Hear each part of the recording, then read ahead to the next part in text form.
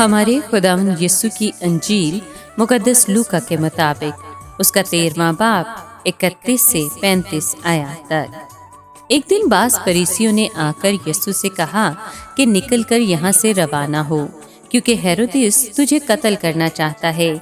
यीशु ने उनसे कहा कि जाकर उस लोमड़ी से कहो कि देख, मैं आज और कल बदरूहों को निकालता और शिफा का काम करता हूँ और परसों कमाल को पहुँचूंगा।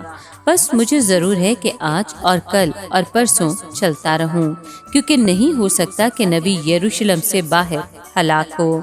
ऐ यरूशलेम, तू जो अंबिया को कत्ल करता और जो तेरे पास भेजे गए उनको संसार करता है। कितनी बार मैंने चाहा कि तेरे बच्चों को जमा कर लूं, जिस तरह मुर्गी अपने चूजों को परों तले जमा कर लेती है, मगर तूने ना चाहा। देखो, तुम्हारा घर तुम्हारे लिए छोड़ा जाएगा, मगर मैं तुमसे कहता हूँ कि तुम मुझे हरगिज ना देखोगे, तावक्त के कहोगे, मुबारक है वो जो खुदावंद के नाम से आता है। पाक कलाम के पढ़े और सुने जाने पर खुदावंद की बरकत हो, खुदा का शुक्र हो। अजीज दोस्तों, लगता है कि उस वक्त यीशु हेरोदेस के इलाके में था, जब बास फरीसियों ने आकर उसे खबरदार किया कि इस इलाके से निकल जाए, क्योंकि हेरोदेस उसे कत्ल करवाना चाहता है। यहाँ फरीसी अपने किरदार और खसूसियत के बिल्कुल खिलाफ चलते हुए नजर आते हैं, क्योंकि वो दावा करते हैं कि हमें मसीह की जान की सलामती की फिक्र है। शायद उन्होंने हेरोदेस से मिलकर साजिश तैयार की थी कि यीशु को यहाँ से दौड़ाएं ताकि वो यरूशलेम चला जाए। उनको यकीन था कि वहाँ उसको गिरफ्तार कर लिया जाएगा। खुदावंद पर जिस्मानी तशद्दुद के खतरे या धमकी का कुछ असर ना हुआ। वो जान गया कि ये हेरोदेस की साजिश है। चुनांचे उसने फरीसियों को कहा कि जाकर उस लोमड़ी को मेरा पैगाम दे दो। फिर यीशु ने जो पैगाम भेजा उसका लुबे लुबाब ये है कि अभी मुझे कुछ अरसे तक काम करना है।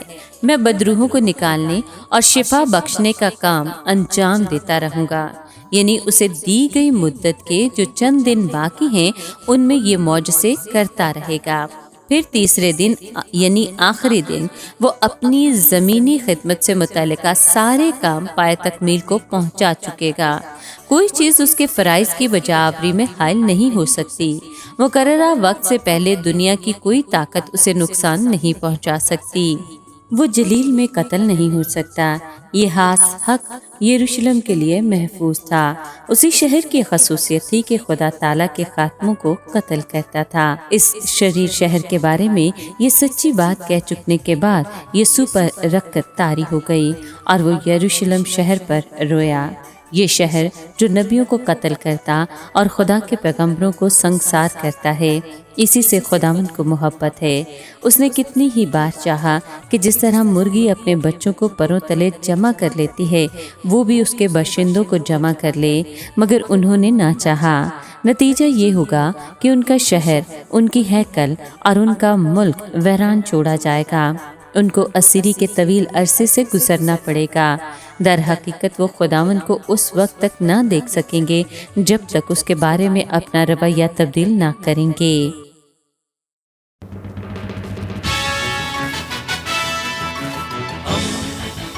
दोस्ती का पैगंबर, रेडियो वेरितास एशिया।